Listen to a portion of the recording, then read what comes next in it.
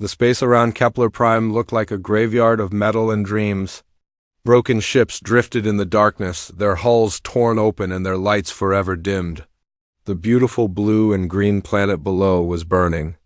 Smoke rose from its cities while strange crystalline ships moved through its atmosphere like deadly angels. Commander Jake Morrison stood on the bridge of the Allied cruiser Defiant and watched his world fall apart. Through the large window in front of him, he could see the final battle of a war that had lasted 3 long years. The Galactic Alliance was losing. No, they had already lost. The only thing left was to accept it. The Zephyrian Collective had come from the far edges of known space 3 years ago. Nobody knew much about them at first. They were made of some kind of living crystal that could think and move. Their ships looked like they were grown rather than built. They moved through space in ways that made no sense to anyone who understood physics. At first, the Alliance thought they could reason with them. 17 different species had joined together to form the Galactic Alliance. They had learned to live in peace with each other. Surely they could do the same with these new crystal beings. They were wrong. The Zephyrians did not want peace. They did not want to talk. They wanted to conquer. They wanted to rule. And they were very good at it. World after world fell to their strange weapons. Their ships fired beams of energy that could cut through the strongest armor like it was paper. They could bend space around themselves, making it almost impossible to hit them. They moved like dancers in the void, beautiful and deadly. The Alliance fought back with everything they had. The Centaurians brought their fastest destroyers. The Andromedans sent their most powerful fighters. The people of Tau Ceti offered their best frigates. Every species in the Alliance contributed ships and soldiers and hope. It was not enough. Jake had been in this war since the beginning. He had seen good ships destroyed and good people killed.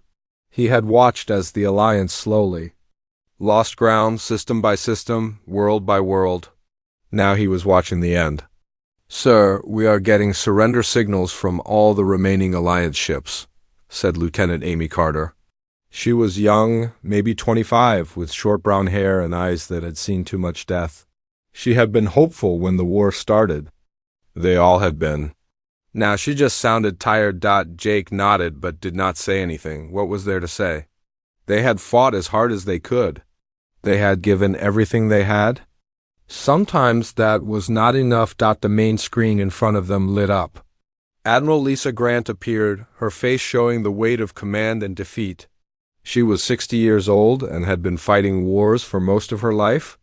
This was the first one she had lost. "All ships, this is Admiral Grant," she said. Her voice was steady, but Jake could hear the pain in it. "I am ordering a full retreat to the neutral zone. The Alliance Council has voted to surrender." Jake felt something break inside his chest. Surrender. The word tasted bitter in his mouth. Around him, the bridge crew looked down at their controls. Nobody wanted to meet anyone else's eyes. Through the window, Jake could see the Alliance fleet turning away from the battle. Dozens of ships from a dozen different worlds, all running from an enemy they could not defeat. The Centaurian destroyers, with their sleek hulls and blue engines. The Andromedan fighters that looked like metal birds. The heavy cruisers from Tau Ceti with their thick armor and powerful guns, all of them retreating. All of them defeated. The Zephyrian ships did not follow. They did not need to. They had won. Their crystalline hulls caught the light from Kepler Prime sun and threw it back in rainbow patterns. Even in victory they were beautiful. Jake hated them for it. "Sir," Amy said suddenly, "I am getting new contacts on the long-range sensors." Jake looked up from his thoughts. "What kind of contacts?" "Unknown, sir. Large energy signatures coming from the direction of that yellow star system." She pointed to a spot on the star map. "The readings are strange. I have never seen anything like them." Jake moved to her station and looked at the sensor data. Amy was right. The energy signatures were unlike anything in the Alliance database. They were big, whatever they were. Much bigger than anything the Alliance had built. "How many contacts?" he asked. 200, sir. All of them are large. Some of them are huge. Jake felt a small spark of something that might have been hope. Can you identify them?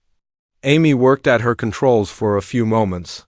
No, sir, the computer cannot match them to any known ship class. But sir, she paused. What is it? They are moving toward us, fast. Jake looked back at the main screen. Admiral Grant was still there, but now she looked confused instead of just defeated. All ships, we are detecting unknown contacts approaching from the Terra system. All vessels. Maintain current retreat vector but prepare for possible contact.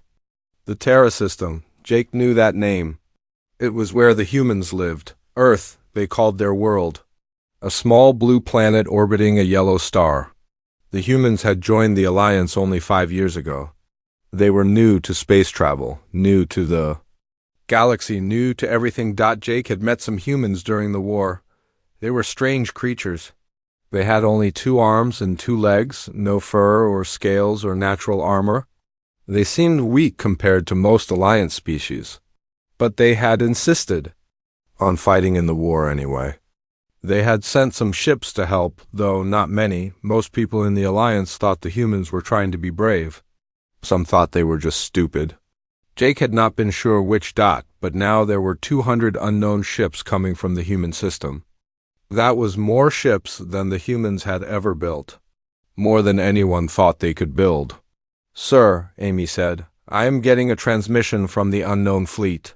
Put it through, Jake said. The voice that came through the speakers was rough and deep. It spoke in a language that the translation computers had trouble with at first. Finally, the words became clear. This is Admiral Pete Williams of the United Earth Space Force. We got your distress signal about 3 months ago. Sorry? We're late to the party. Jake stared at the speaker. United Earth Space Force? The humans had called themselves the Terran Defense Corps when they joined the Alliance. This was something new. Admiral Grant's voice came through the COM system. Admiral Williams, this is Admiral Grant of the Galactic Alliance. We are in full retreat. The Zephyrian Collective has defeated our forces. This system is under their control? There was a pause. Then Admiral Williams spoke again. Admiral Grant, this is Admiral Williams. We received your message about the Zephyrian threat. We have been preparing. Stand by for engagement. Jake felt his heart start to beat faster. Engagement? The humans wanted to fight the Zephyrians? The same Zephyrians who had just destroyed the combined fleets of 17 species. Admiral Williams? Admiral Grant said, I appreciate your courage, but you do not understand. The Zephyrians are too strong. Their technology is beyond anything we have. You should retreat with us. Negative, Admiral Grant. We did not come all this way to run. All Earth ships, this is Admiral Williams. We are weapons free. Time to show them what Earth sends to war. Jake looked at Amy. She looked back at him. Neither of them spoke, but they were both thinking the same thing. The humans had come to fight. Through the window, Jake could see the Zephyrian ships beginning to move. They had noticed the new arrivals. Their crystalline hulls were beginning to glow with the light of charging weapons. The final battle was about to begin, and this time, humanity was in it. Captain Ryan Davis stood inside his crystal command chamber aboard the Zephyrian dreadnought Shard of Eternity. His body was made of living crystal that pulsed with soft blue light. When he was happy, the light grew brighter. When he was angry, it turned red. Right now, it was the brightest blue it had been in months. Victory tasted sweet. The Galactic Alliance was broken. Their ships were running away like scared children. After 3 years of war, the galaxy belonged to the Zephyrian Collective. Ryan's species did not speak with words like other creatures. They made music with their crystal bodies. Beautiful, complex songs that could carry meaning across vast distances. Right now, his entire fleet was singing the victory song. The harmony was so beautiful it made space itself seem to dance. Commander. Veltar, Ryan sang to his tactical officer, what are these new contacts our sensors are detecting? Veltar was younger than Ryan, his crystal body a deep purple color. He had been excited about the war from the beginning. This was his first major victory. Unknown ships approaching from the direction of that small yellow star, Captain. The energy signatures are strange. They do not match anything in our database. Ryan moved to the viewing array, a wall of crystal that could show him anything within, a light year of his position. The human ships were visible now, growing larger as they approached. They looked nothing like the elegant vessels of the Alliance. These ships were ugly. They were built like boxes with weapons stuck on them. They had no curves, no artistic design, no beauty at all. They were painted in dull colors, gray and dark blue and black. They moved in straight lines like they did not care about looking. Graceful, how many ships? Ryan asked. 200 contacts, Captain. Some of them are very large. Bigger than our dreadnoughts. Ryan felt amusement ripple through his crystal body. His light turned a pleasant green color. What species builds ships like that? Veltar checked his database. According to our records, that system is inhabited by a species called humans. They are new to space travel. They joined the Alliance only recently. Humans, Ryan sang, and his music carried laughter. I remember reading about them. They are primitive. They have not even learned to manipulate energy properly. They still use crude chemical rockets. Other Zephyrian officers joined the song, their crystals pulsing with shared amusement. The humans were the weakest species in the Alliance. Everyone knew that. They had contributed almost nothing to the war effort. A few small ships, a few thousand soldiers. Nothing that mattered. Captain, Veltar said, the Alliance fleet is transmitting to the humans. Ryan listened as Admiral Grant's voice came through the communication system. She was warning the humans about Zephyrian strength. She was telling them to retreat. Smart. Advice. Ryan respected her for trying to save these foolish creatures. Then the human admiral responded. His voice was rough and strange. Nothing like the musical tones of Ryan's people or the polite words of other Alliance species. This is Admiral Pete Williams of the United Earth Space Force. We got your distress signal about 3 months ago.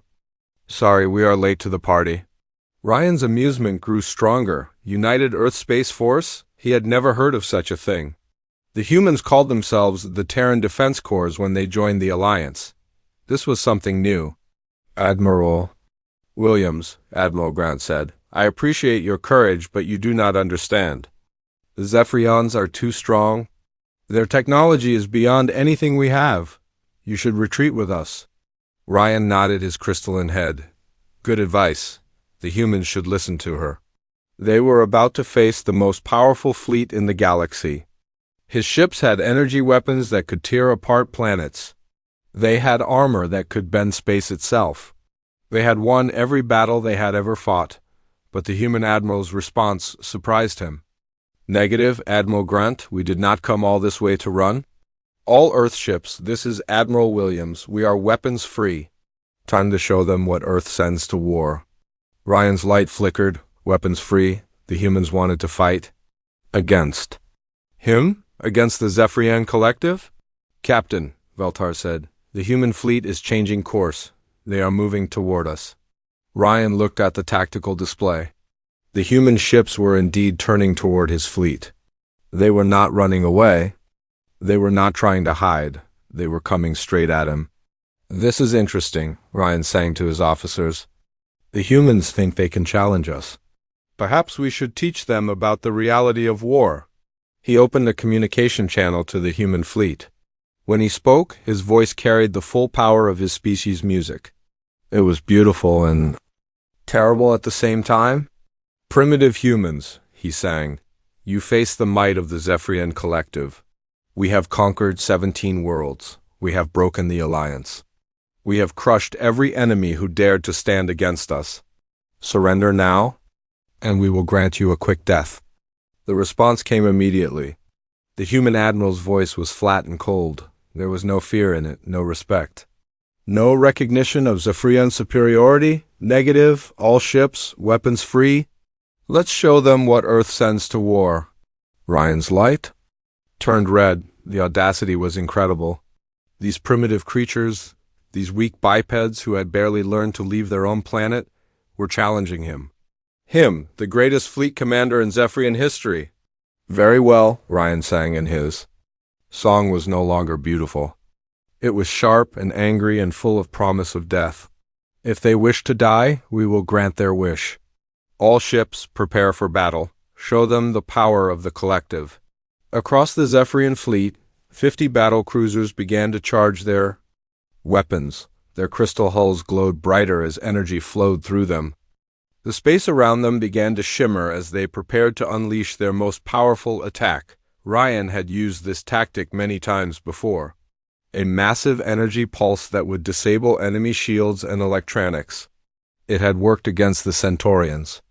It had worked against the Andromedans. It had worked against every species they had fought. Firing solution achieved, Captain, Veltar reported. All ships report ready. Fire, Ryan commanded. 50 Zephyrian battle cruisers fired at the same moment. The energy pulse that erupted from their weapons was beautiful and terrible. It lit up space like a new star. It was enough energy to power a small planet for a year. It was enough to destroy an entire fleet. The wave of exotic energy raced toward the human ships at the speed of light. Ryan watched through his viewing array, expecting to see the crude human vessels break apart like toys. The energy wave hit the human fleet. Nothing happened. Ryan's light flickered in confusion. The human ships kept coming. They had not slowed down. They had not changed course. They showed no damage at all. Veltar, Ryan sang, and his voice carried disbelief. What happened? Why are they still functional? Veltar was working frantically at his controls. His purple crystal body was flashing between different colors as he tried to understand what he was seeing.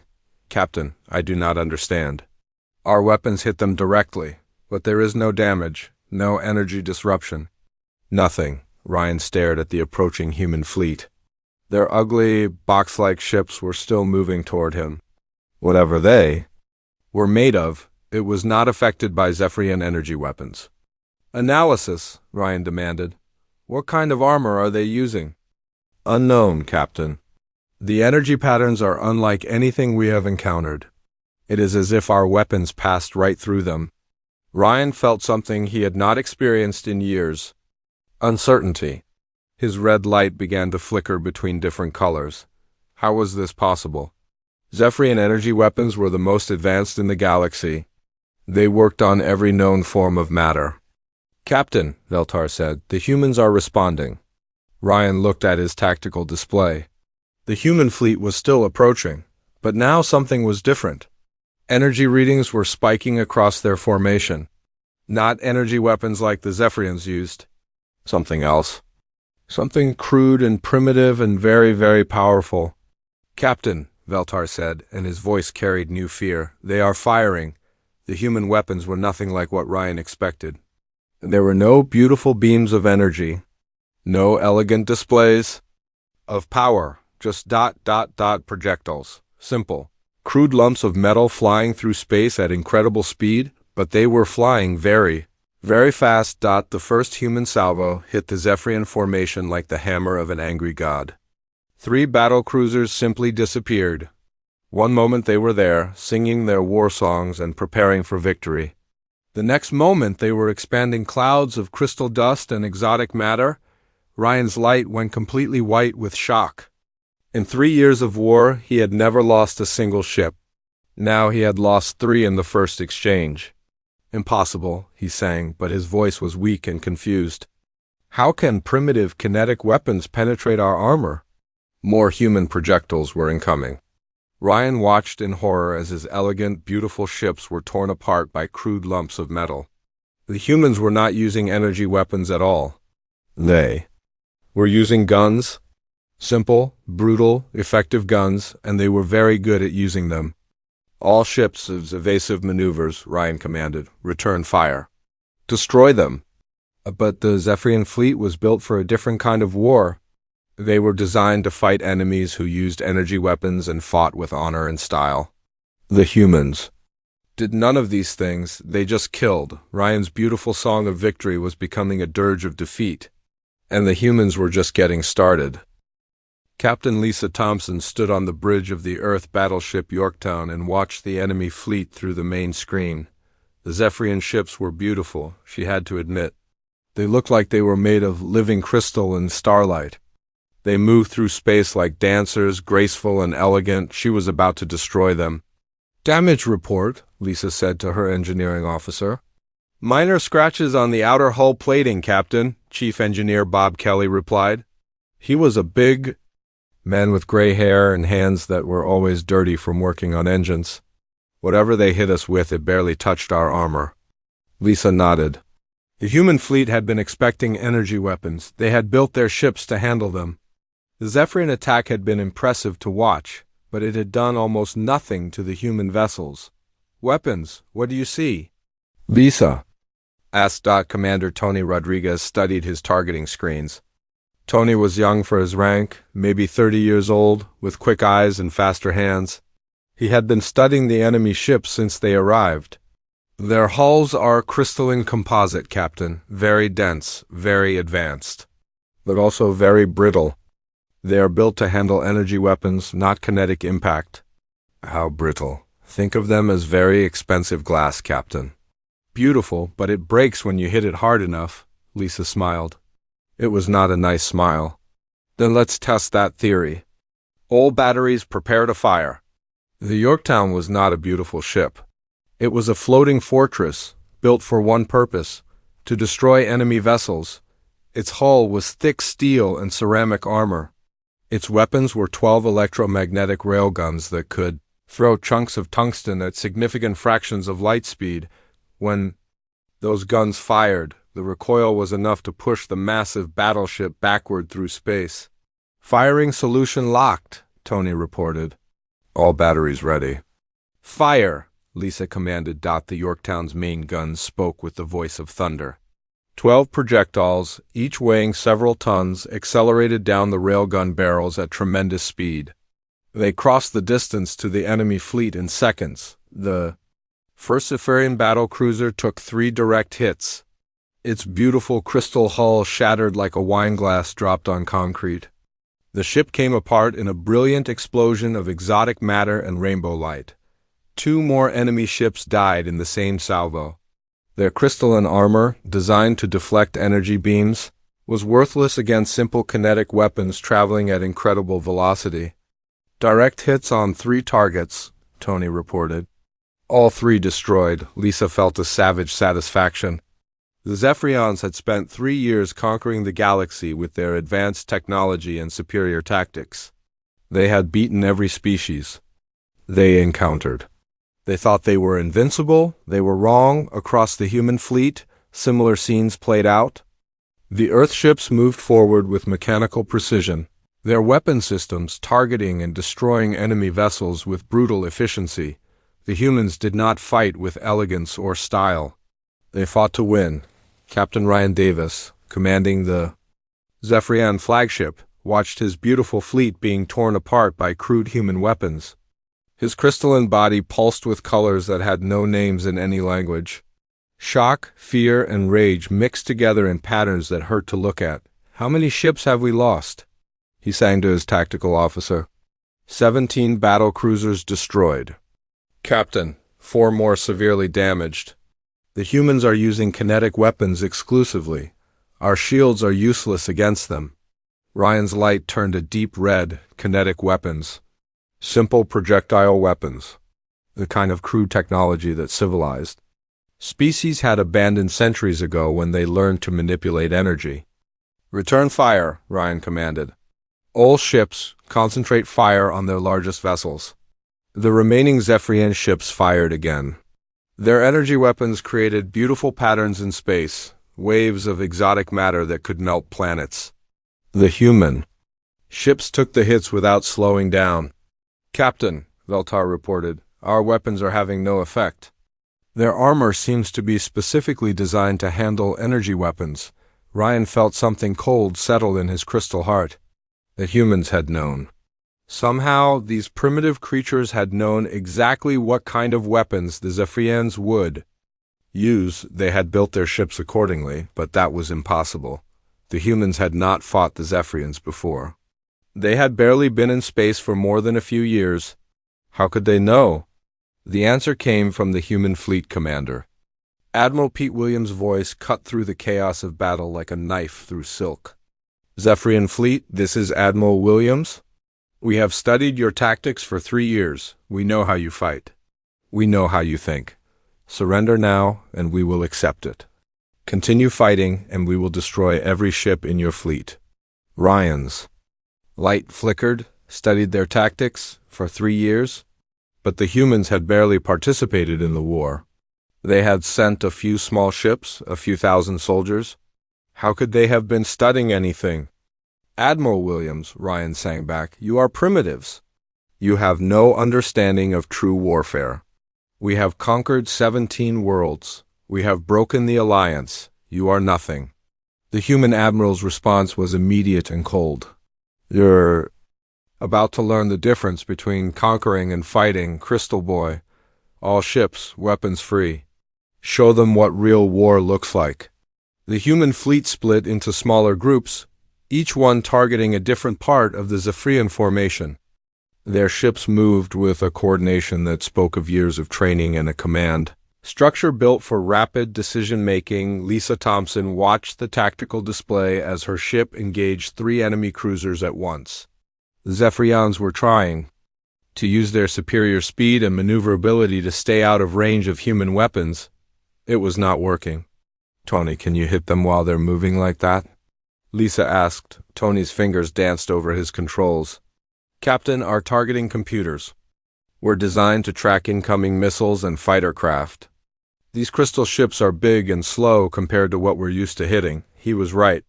The Zephyrian ships moved gracefully, but they moved in predictable patterns. They fought like they expected their enemies to fight with honor and style.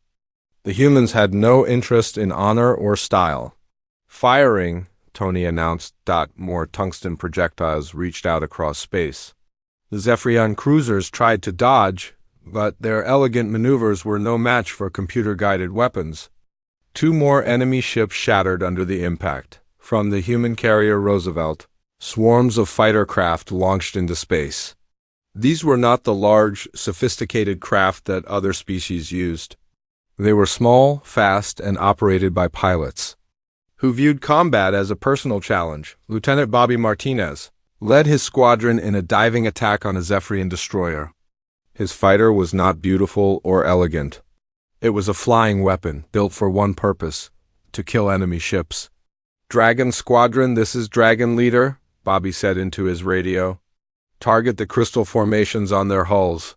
Those look like control nodes. The human fighters swarmed over the alien ships like angry insects. Their weapons were simple, autocannons and guided missiles, but their tactics were honed by decades of training and the warrior culture of their species. The Zephyrians had never faced anything like this. They were used to fighting other energy weapon users who fought at long range with careful, measured attacks. The humans came in close, attacked from all angles, and showed no mercy. Bobby's squadron took apart the enemy destroyer piece by piece. Their autocannons chewed through crystalline armor while their missiles found weak points in the alien ship's structure. Within minutes, the destroyer was a drifting wreck. Dragon Leader to all squadrons, Bobby reported. Enemy ships are vulnerable to close-range attack. Their point defense systems can't track multiple small targets. Across the battle, human fighters pressed home their advantage.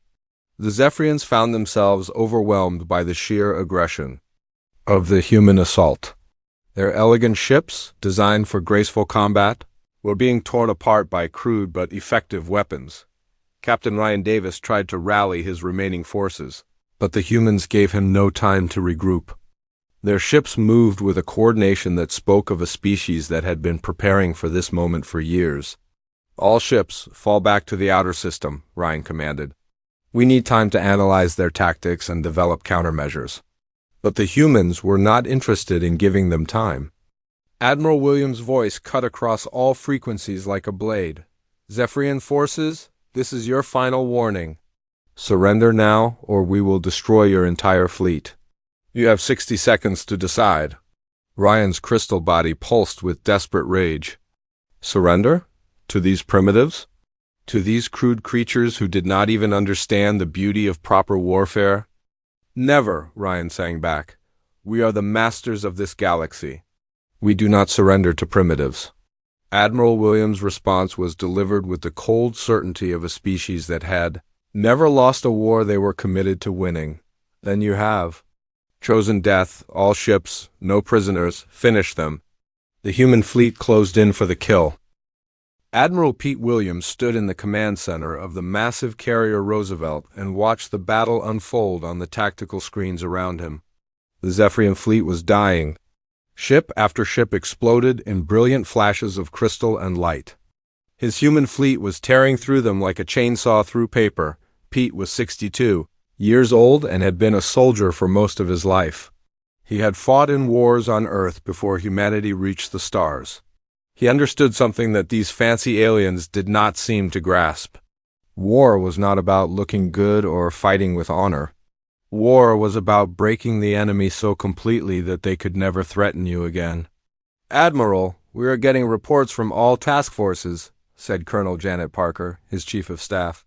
She was a small woman with sharp eyes and a mind that could track a dozen different battles at once. "The enemy energy weapons are not working against our armor." "Good," Pete said. "What about their tactics?" "They fight like they expect their enemies to be polite about it, sir. Lots of fancy flying and pretty light shows, but no real killer instinct." Pete nodded. He had been watching the Zephyrian battle recordings for 3 years. Ever since the Alliance had sent out their first distress call, human intelligence had been studying every piece of data they could get their hands on. They had learned how the crystal aliens fought, how they thought, how they could be beaten. The Zephyrians were used to fighting civilized species, beings who followed rules and fought with restraint. They had never faced humans before. "Launch all remaining fighter squadrons," Pete ordered. "I want them to see what close combat really looks like." From the Roosevelt and her sister carriers, more swarms of human fighters launched into space.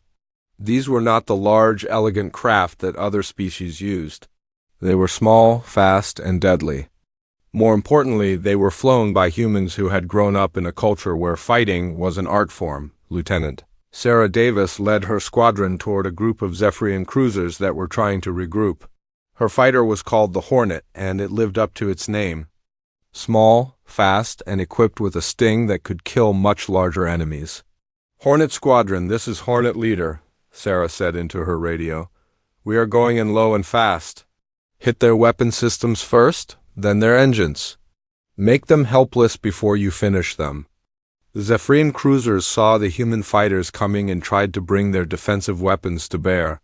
But their systems were designed to track large, slow-moving targets. The human fighters were too small and too fast. Sarah's squadron dove at the enemy ships like wolves attacking a flock of sheep. Their weapons were simple but effective. Autocannons that could fire hundreds of rounds per second. Guided missiles that could think for themselves. Simple tools used by experts who knew how to kill. The first Zephyrian cruiser tried to run. Sarah followed it, her fighter dancing around the enemy ship's defensive fire. She put 3 missiles into its engine section and watched it die in a burst of rainbow light. "Hornet 2, this is Hornet Leader," she called to her wingmen. "Take the cruiser on the left.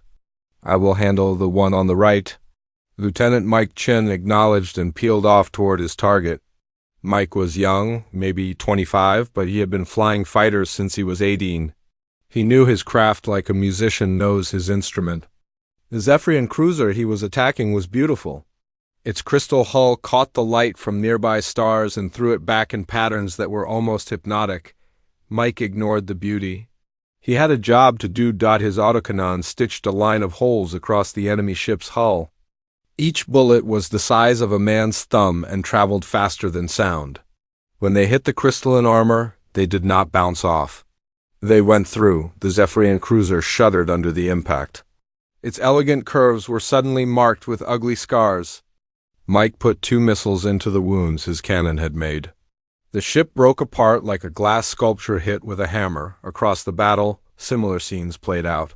Human fighters swarmed over the Zephyrian fleet like angry bees. The crystal ships, designed for graceful long-range combat, were helpless against the aggressive close-range tactics of the human pilots. Captain Ryan Davis watched his fleet dive from the command center of his flagship. His crystal body was pulsing with colors that had no names. Fear, rage, and desperation mixed together in patterns that hurt to look at. "How many ships do we have left?" he sang to his tactical officer. 12 battle cruisers, Captain. 3 destroyers. The humans have destroyed over 80% of our fleet. Ryan felt something cold settle in his crystal heart. In 3 years of war against the Alliance, he had never lost a single ship. Now he was watching his entire fleet being destroyed by a species he had thought was primitive. "Send a message to the homeworld," Ryan commanded. "Tell them what we have learned. Tell them that the humans are not what they seem." "Captain, the humans are jamming our communications." "We cannot get a message through." Ryan's light flickered. The humans were not just destroying his fleet. They were making sure that no word of this battle would reach Zephyrian space. No warning. No intelligence, nothing. These were not the actions of a primitive species. These were the actions of professionals who understood war at a level that the Zephyrians had never imagined. "Captain," Veltar reported, "the human admiral is transmitting again." Admiral Williams' voice cut through the chaos of battle like a knife through silk. "Zephyrian fleet, you now have 30 ships left? My fleet has taken no significant damage. This is your last chance to surrender." Ryan's pride would not let him surrender to creatures he still thought of as primitives. "We do not surrender to lesser species," he sang back. "We are the masters of this galaxy." The human admiral's response was immediate and final. "Then you will die as the masters of nothing. All ships, finish them." The human fleet closed in for the final assault. Their ships moved with the precision of a machine designed for one purpose: the complete destruction of the enemy. There was no hesitation, no mercy, no quarter given. Captain Lisa Thompson, commanding the battleship Yorktown, targeted the Zephyrian flagship with her main guns. The beautiful crystal ship tried to dodge, but its elegant maneuvers were no match for computer-guided weapons. "Direct hit on the enemy flagship," reported Commander Tony Rodriguez. "Their shields are down. Hull integrity at 40%. "Fire again," Lisa commanded. The Yorktown's railguns spoke once more. Tungsten projectiles, traveling at incredible speed, slammed into the Zephyrian flagship. The ship's crystal hull, weakened by the first hit, shattered completely. The vessel broke apart in a spectacular explosion of light and exotic matter. Captain Ryan Davis died still believing that his species was superior. His last thought was confusion. How could primitives defeat the masters of the galaxy? He never got his answer. The battle was over in 6 hours. When the last Zephyrian ship exploded in a burst of rainbow light, the human fleet formed up in perfect formation. Not a single Earth vessel had been lost. Several bore scars from enemy fire, but none had been seriously damaged. Admiral Pete Williams stood on his bridge and looked out at the wreckage of the enemy fleet. Pieces of crystal ships drifted in space like broken jewelry. The most powerful invasion force in galactic history was nothing but debris. "Admiral," Colonel Parker reported, "all enemy vessels have been destroyed. We are detecting no survivors." Pete nodded. He felt no satisfaction in the victory. War was not about feeling good. It was about protecting the things you cared about. The humans had come to protect their friends in the Alliance. They had done their job? "Send a message to Admiral Grant," Pete ordered. "Tell her the threat has been eliminated." The Alliance fleet, which had been watching the battle from a safe distance, slowly approached the human formation. On their ships, beings from 17 different species stared in shock at what they had witnessed. The humans, the species they had thought of as junior partners, had just destroyed the most powerful enemy the galaxy had ever seen, and they had made it look easy. Admiral Grant's voice came through the communication system.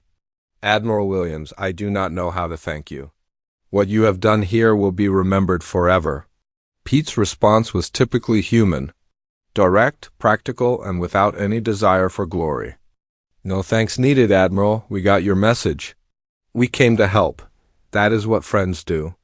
But even as he spoke, Pete knew that everything had changed. The galaxy had seen what humans could do when they went to war. The balance of power had shifted forever. The age of human dominance had begun. Commander Jake Morrison stood in the shuttle bay of the human carrier Roosevelt, waiting for permission to board. Around him, Alliance officers from a dozen different species watched the massive Earthship with new eyes. 3 hours ago, they had thought of humans as the youngest and weakest members of the Alliance. Now they were looking at the species that had just saved the galaxy. The shuttle bay was huge, bigger than some of the ships Jake had served on. Human fighters sat in neat rows, their pilots performing maintenance checks with military precision. These were not the casual, friendly humans that Jake remembered from Alliance meetings. These were warriors who had just won the most important battle in galactic history. "Commander Morrison," said a human officer who approached them. He was young, maybe 30, with short brown hair and eyes that had seen combat. "I am Lieutenant Commander Rick Johnson.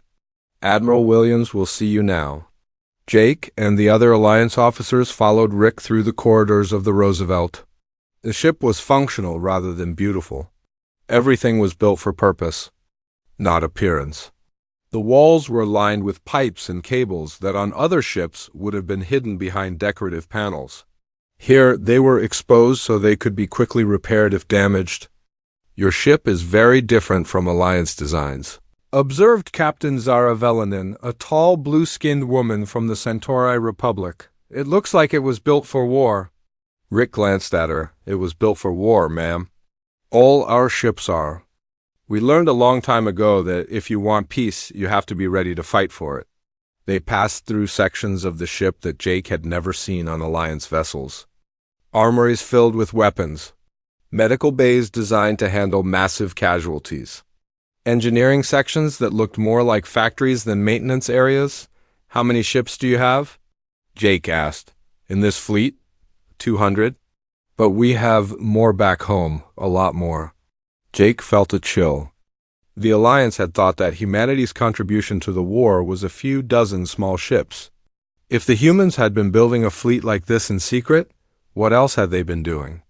They entered the command center, and Jake saw Admiral Pete Williams for the first time. The human commander was not what he had expected. He was older, maybe 60, with gray hair and hands that were scarred from years of military service. He looked like someone who had been fighting wars for most of his life. "Gentlemen, ladies," Admiral Williams said, gesturing to chairs around a large table. "Thank you for coming. I know you have questions." Jake sat down across from the human. Admiral Williams, what we just witnessed was incredible. But I have to ask, where did all these ships come from?" "When humanity joined the Alliance, you had maybe 50 vessels total." Pete Williams leaned back in his chair. "Commander Morrison, when we got the first reports about the Zephyrian threat 3 years ago, we made a decision. We were going to be ready when they came for us. But how? Your industrial capacity was limited. Your technology was generations behind the Alliance standard." "That's what everyone thought," Pete said with a small smile. "But humans have always been good at one thing, adapting. We took Alliance technology and improved it. We built factories in space. We turned entire asteroids into shipyards. We prepared for war." Captain Velanin leaned forward. "But why did you hide this from the Alliance?" "We could have coordinated our efforts." Pete's expression became serious. "Because we were not sure who we could trust. The Zephyrians had spies everywhere. They knew Alliance battle plans before the Alliance commanders did. We could not risk them learning about our preparations." Jake began to understand. The humans had been playing a much deeper game than anyone realized. While the Alliance fought and lost battle after battle, humanity had been building the force that would ultimately save them all. "Admiral," Jake said, "what happens now? The Zephyrian threat is ended, but there are still their homeworlds, their colonies. They will want revenge?" Pete's smile was now pleasant. "Commander, you are thinking like someone who fought a defensive war. We do not fight defensive wars. We fight to win completely." He gestured to a star map that appeared on the wall. It showed Zephyrian space, dozens of star systems marked in red. "We have been studying their territory 3 years. We know the location of every world, every base, every ship. Within 6 months, the Zephyrian Collective will no longer exist. The Alliance officers stared at the map in shock. Captain Velanen spoke first. You are talking about conquering an entire interstellar empire. No, Pete corrected. We are talking about eliminating a threat to galactic peace. The Zephyrians proved that they cannot coexist with other species. They have no interest in diplomacy or compromise. They only understand force. Jake felt a mix of admiration and fear. The humans were not just powerful, they were thinking several steps ahead of everyone else. What about the Alliance? What is our role in this? The Alliance will do what it has always done, Pete said. Govern, build, create, leave the fighting to us. Over the following days, the scope of human preparation became clear. They had built not just a fleet, but an entire military-industrial complex. Space stations that could build battleships. Asteroid mining operations that could supply raw materials for 100 fleets. Training facilities that could produce soldiers. Faster than any species had thought possible, Lieutenant Amy Carter, who had served on Alliance ships throughout the war, was given a tour of the human facilities. What she saw amazed her. The humans had not just built ships, they had built a war machine. How did you do all this without anyone noticing? She asked her guide, a human engineer named Tom Bradley. We are good at keeping secrets, Tom replied. And we are very good at working together when we need to. When humanity decides to do something, we all do it. Amy thought about the Alliance species she had worked with. They were individuals first, members of their species second. Humans seemed to be the opposite. When they committed to something, they committed completely. The transformation of galactic politics was swift and dramatic. Within a week of the battle, human fleets were appearing throughout Alliance space. Not as conquerors, but as protectors. They stationed themselves at key worlds and trade routes, making it clear that any threat to Alliance members would be met with human force. The other species in the galaxy took notice. The hegemony, a group of aggressive militaristic races that had been eyeing Alliance territory, suddenly became much more interested in peaceful diplomacy. The Syndicate, a confederation of pirates and raiders, found their bases being destroyed by human strike forces that appeared without warning. Jake Morrison was assigned as a liaison officer to the human fleet. His job was to help coordinate between Alliance governments and human military commanders. It was not an easy job. Admiral Williams, Jake said during one of their regular meetings, the Centauri government is concerned about the human fleet stationed in their system. They feel like they are being occupied. Pete looked up from his reports. Commander, are the Centauri being prevented from governing themselves? No, sir. Are they being taxed or forced to provide resources? No, sir. Are their ships being interfered with or their trade disrupted? No, sir. Then they are not being occupied. They are being protected. There is a difference.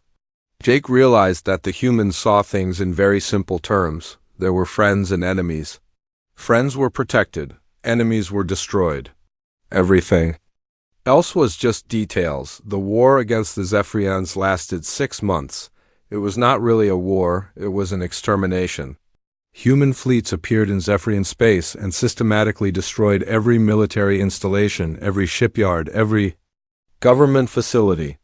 The crystal beings who had terrorized the galaxy for 3 years were reduced to scattered refugees in the space of half a year. When it was over, Admiral Williams called another meeting with Alliance representatives. The Zephyrian threat has been eliminated, he announced. Their military has been destroyed. Their government has been dissolved. Their colonies have been offered the choice of joining the Alliance or remaining independent under human protection. Admiral Grant, who had led the Alliance fleet during the dark days of the war, stood up. Admiral Williams, on behalf of the entire Alliance, I want to thank you. What you have done will be remembered for generations, Pete Williams nodded. Admiral Grant, humanity is honored to serve alongside the Alliance, but I want to be clear about something. We are not your servants, we are your partners. We will protect Alliance space because we choose to, not because we are ordered to. The message was clear. Humanity had become the dominant military power in the galaxy. They would use that power to protect peace, but they would do it on their own terms, years later. When young beings across the galaxy learned their history, they would hear about the day when humanity stepped into the battle. They would learn that sometimes the most important thing in a war is not having the best technology or the biggest fleet. Sometimes the most important thing is having the will to win. The humans had that will. They had proven it when they faced the Zephyrians. They had shown that they would do whatever it took to protect their friends and destroy their enemies. And in the vast reaches of space, human ships continued their eternal patrol, ready to answer the call when peace needed to be defended with war. The galaxy was safe. Humanity was watching.